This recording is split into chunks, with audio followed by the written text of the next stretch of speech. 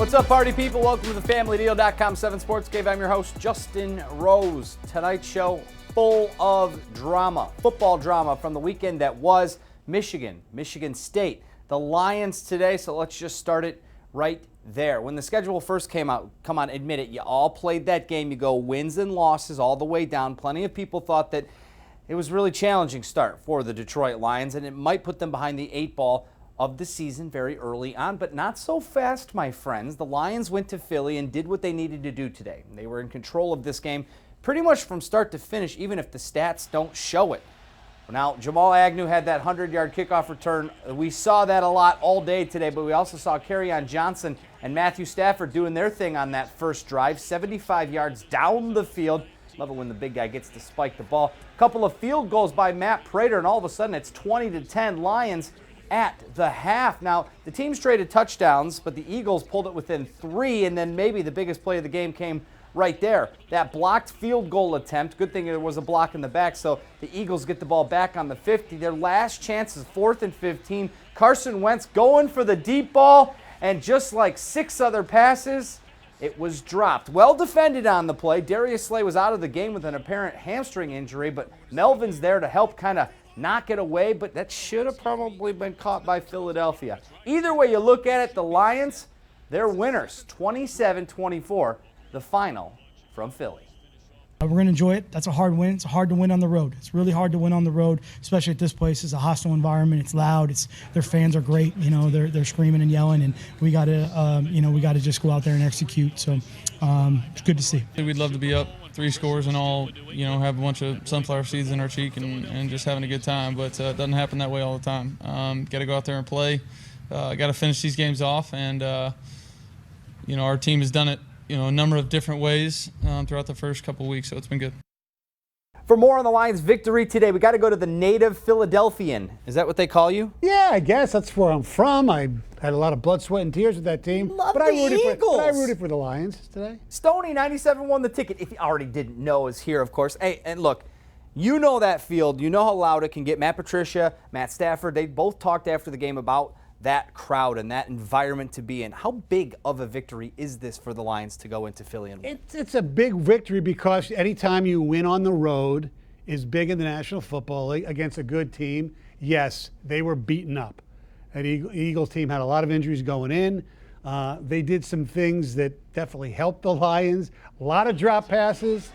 But man, oh man, the Lions, they almost gave it away in dramatic Lion fashion.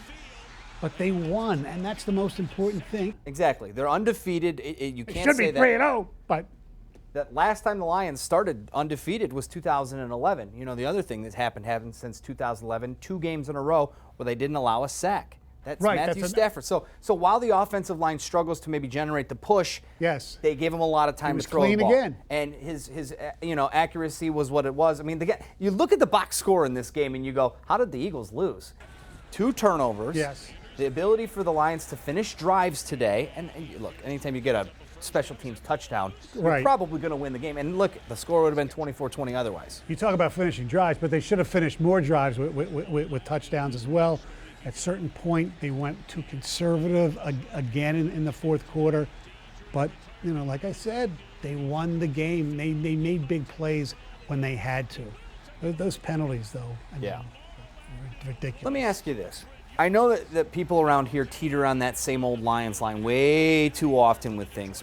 Matt Patricia has done a couple of things. He's built some depth. Now that's obviously on Bob Quinn as well. Mm-hmm. But winning close games is something that I think good teams do. Yes, would we like to see the Lions go out there and blow people out by 2-3 touchdowns? Of course. But winning the close games and not same old Lions, they've escaped that now. The first game they didn't. The second 2 they did. How much more? Is it going to be a whole season worth? I think, look, the National Football League, there's a fine line between wins and losses. Most of the games are within, 5, 6, 7 points. Well, we understand that. They are talented enough to be in most games. The question is what happens in the fourth quarter. And in the last 2 games, they've hung out in the, last week against the Chargers, they were clutch in the fourth quarter. This week, they were more fortunate than, come on, a blocked field goal.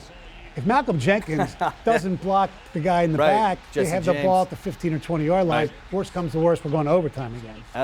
So, the Lions were fortunate, but that's okay. I know how much you deal with talking about their record. Are you as annoyed as I am that we have to always say their record with that stupid tie at the end? It's like you can't say, oh, they're going to go 8-8 anymore. You got to go 8-7-1.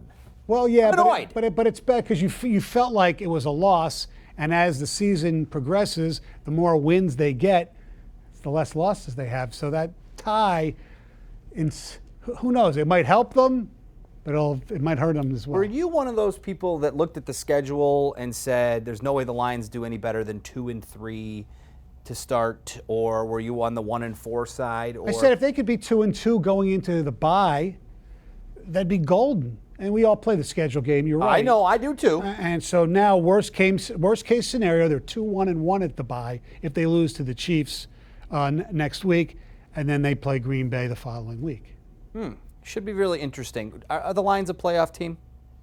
Is it too early to say? It's too early to say, but I think they will be competing for a playoff spot come early December. We'll take it. They should. Yes. And look, at this point they should. The whole league, depending on the depth and attrition. I mean, you see teams, injuries, are crippling. Teddy Bridgewater's a really good backup. That's why the Saints, did what they did today. God forbid something happens to Matthew Stafford. He even said it out loud on TV. Well, it's true. I mean, Stafford, like today, Stafford was good, not great, good, but he didn't. No turnovers. Have to be. Right. The new system is predicated on him just having to do enough. The numbers are never going to rock you. But hey, the win is the win. He had a touch pass for a touchdown. I loved that. That was beautiful. That was you don't see that a lot. No, you don't. And then he had the short one on Marvin Jones. They could have put the game away. But you know what? Been. As long as he does not turn the ball over, that's okay. That is okay. The Lions are undefeated after 3 weeks of the season. Who thought we would have been talking about that? That's right. All right, we got more from Stoney coming up, though. We got to dive into this Michigan State stuff. Dantonio, now the winningest head coach of all time. That's okay. Michigan, far from okay. Yeah, we're going to talk about that in a minute. Stoney, we'll see you in a minute. Okay. All right, elsewhere around the league, Green Bay trying to stay atop the NFC North, hosting the Broncos. First quarter, Aaron Rodgers doing Aaron Rodgers things. Marquez Valdez-Scantling, 40-yard score. Packers go up 7-0, tied at 10 in the second after Green Bay recovers the fumble. Aaron Jones goes up the middle from 7 yards out for a touchdown. 17-10 Packers. Third quarter, Jones at it again. This time he breaks it outside, goes in for the score. Packers 3-0, undefeated as well. They win 27-16. How about the Vikings in Minnesota taking on the Raiders? First quarter, Kirk Cousins rolls out, finds Adam Thielen down the field. He gets into the end zone, 35 yards on the touchdown strike. Vikings take a 7-0 lead. Vikings added to it, 14-0 later on. Cousins hands it off to Thielen for the 1-yard touchdown. Guy does everything. 21-0 Vikings. More from Minnesota. Rookie Alexander Madison leaps into the end zone for his first career touchdown. Vikings win it 34-14. They are just 2-1 on the season. The Red Wings were in preseason action tonight at Little Caesars Arena against the Penguins. Dylan Larkin, he's back in the lineup for Detroit after dealing with an ongoing heel issue throughout training camp. Now, the Red Wings would get on the board early in the second period, deflecting it out in front. Tyler Bertuzzi gets credit for the score. Red Wings tied up at 1 apiece. Just a few minutes later, first-round pick Moritz Seider sets up Anthony Mantha, who buries his second of the season. This one would eventually go to overtime, tied at 2. And in that overtime, Larkin already looking in midseason form. Look at the feed to Madison Bowie. Good for the game winner. Red Wings win it 3-2 in OT. First and foremost, I was really happy with how Sides and I played in our D zone. We really shut them down, and I think anytime you can kind of join the play and help out offensively, it goes a long way, and it's definitely great to finish off that game and get the 2 points. It was great. Obviously, I haven't scored in a while, so definitely a great feeling, and it's awesome to get the win, and we got to keep moving forward here. The Tigers hit 4 home runs off the White Sox this afternoon, the fourth of which was from Willie Castro. Tigers' 11th ranked prospect hit a solo home run into the bullpen in the 7th inning. That helped Detroit win it 6-3. 1 week, only 3 home games left on that regular season schedule. And if you were looking for the playoff tickets for the Tigers, stop. Just stop. All right, coming up next, we got to talk more about Michigan and Michigan State. Michigan, yikes. Michigan State, I guess we'll talk more about it with Stoney coming up next here on the FamilyDeal.com 7 Sports Cave. Stick around.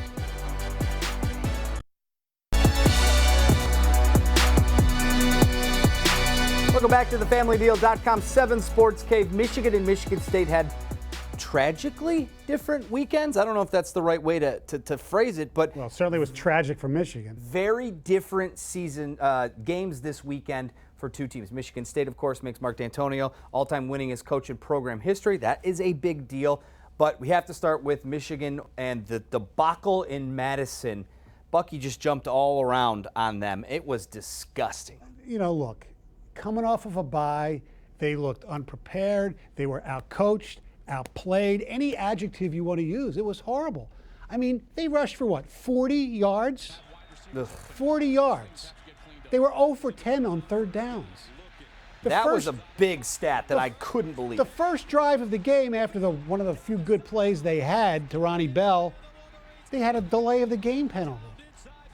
I mean, come on. Look, it is only the third game of the season. They still have time to build on this. This doesn't necessarily knock them out of a Big Ten championship race, but they certainly don't look like a team that is going to be able to push around a team like Penn State, Ohio State, Michigan State for that matter, because there was no push up front.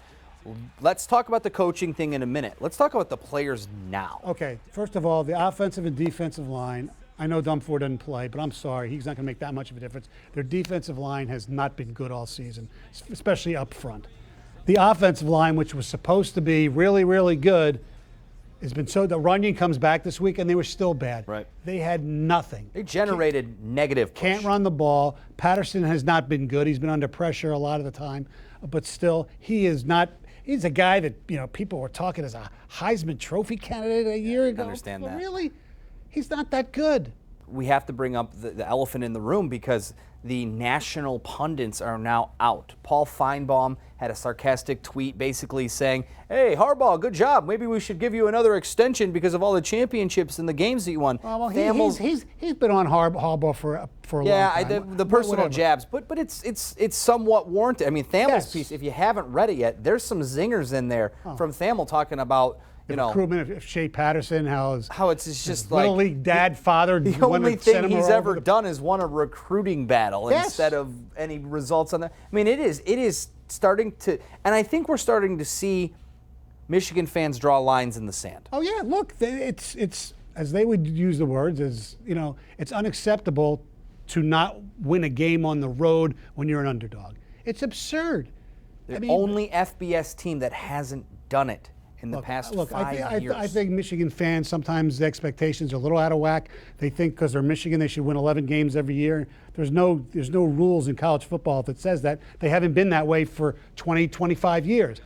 But still, yesterday was embarrassing. And it's gotten to the point where I'm sitting there. Look, first of all, you never fire a guy in midseason. Of course. Okay, that's number one. I never thought they should even think of firing him.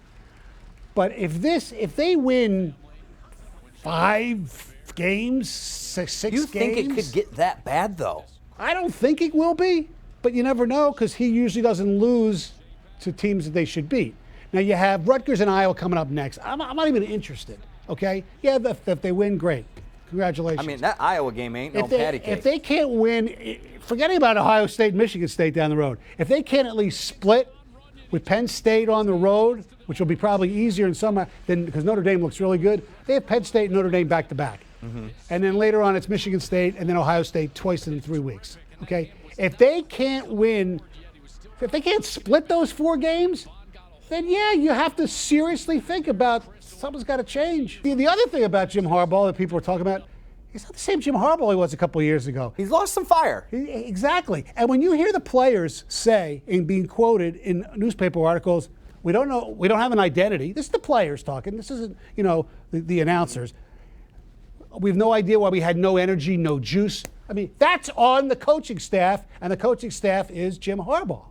He is the one who's, you know, Gaddis' system. You know, we saw glimpses of it, and we'll see if they go to it a little bit more in the future. They got to throw to their skill players. You got to throw it on the outside. I think was only targeted 4 times, and 3 of them when it was 35-0 already. Yeah. What are you waiting for? Too late to let Gaddis maybe have the reins, and that's something that was a big offseason thing. Was Gaddis going to have? And Harbaugh said, "Oh yeah, it's his offense." Well, when you hand the ball off to Ben Mason, who hasn't touched the ball since last spring, But they worked on that all week during the bye week because they kind of knew that Charbonnet was not going to be healthy and True Wilson. So Yeah. that was brilliant. Good story, bro. You know, but look, some of it has to be on the players too.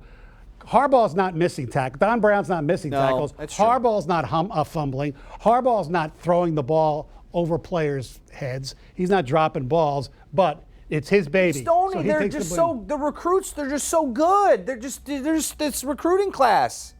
Yeah. I know. I'm banging a drum that's been hit before, but look, we'll see how it goes. They're going to get healthy against Rutgers. You'd hope that they'd go out and Favored put up. by like 29 points. I would Yeah, take. I think Rutgers that at 29, but I don't know. you would think that they would right this ship here, but we'll But see. what does it mean? Because they have Iowa coming up next. Yeah. We'll see. All right, we have to talk about the winningest coach at Michigan State. Football history now. Mark Dantonio passing Duffy Daugherty.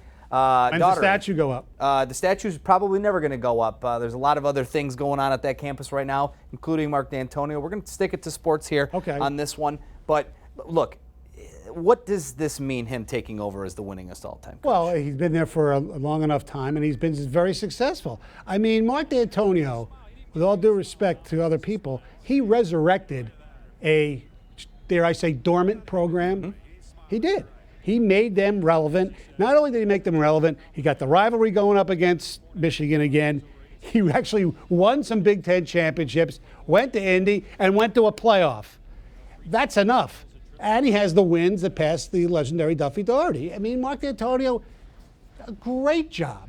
Deserves everything you should get as far as, on the field. Now, Northwestern's definitely not the same Northwestern of the past few seasons, but they put together somewhat of a complete game. The offense finished more drives than they had did. done.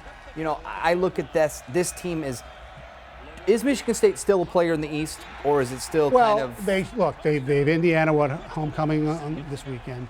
Then they have the 3-game gauntlet of at Wisconsin, At Ohio State first. At Wisconsin for I had it reversed, and then Penn State home with a bye in between.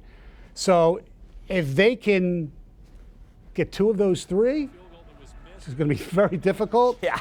Then they're a player. If they only get 1, that means it's 2 losses. Sure. So on 3 overall, which obviously, right. the college football playoff is a long shot for probably any Yes. Big Ten team besides Wisconsin and potentially Ohio State. There he is. Thank you so much. You can catch him Thank you, every JR. single morning on 97.1 The Ticket, the Jamie and Stoney Show. Thanks for coming in, man. Thank you. For staying up late and everything, too. Oh, wow. yeah, I know. Look at I you. gotta get up at Get 5 some hours. sleep tonight. All right, coming up next, though, we got to talk about a really cool story out of the Michigan program. Ambry Thomas back on the field when sometimes he thought he might not ever play football again. Brad Galley has that great story coming up next here on thefamilydeal.com 7 Sports Cave. Stick with us.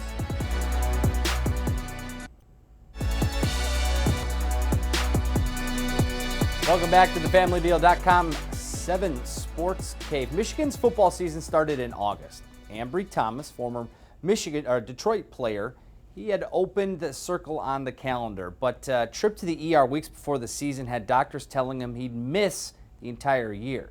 Brad Galley has more on that story. Summer practices are tough for any college football player. In early June, Ambry Thomas was feeling pain in his stomach, but it wasn't a common stomach ache. Something felt off. About June 10th, I noticed something was off with me, and I told my doctors, and I got up to the ER. What's going through your mind at that point? I'm probably gonna have to redshirt. Only thing that was on my mind was football. Probably gonna have to sit out this year, and I was kind of depressed about everything. The diagnosis? Colitis, a chronic digestive disease. Thomas sat in his hospital bed for 3 weeks. Doctors told him he could work to play football again, but not in Michigan's opener, and certainly not this season. They told me my chances playing this season were slim to none. All the doctors said that. I was the only one on my own side. No, I'm playing this season no matter what. Ambry's family, Ambry's football family, us coaches, other players, everybody had a glimpse into the amount of time he spent in the hospital this summer and his resilience, his courage, his mental state. It's strong. 3 weeks in bed? That's when Ambry's mom stepped up and said it was time to get moving. I missed some stairs, some staircases right by the hospital out on the outside. So I hit them, I walked them, I couldn't run them. I walked them every day, twice a day. I was very weak, my legs was cramping, I couldn't get halfway up the steps. Like, it was bad. He lost 35 pounds. But then he started gaining strength and weight. Thomas said he went to the gym with his family when he wasn't with his team. He got all of that weight back, and within 2 weeks, felt like he was 100%.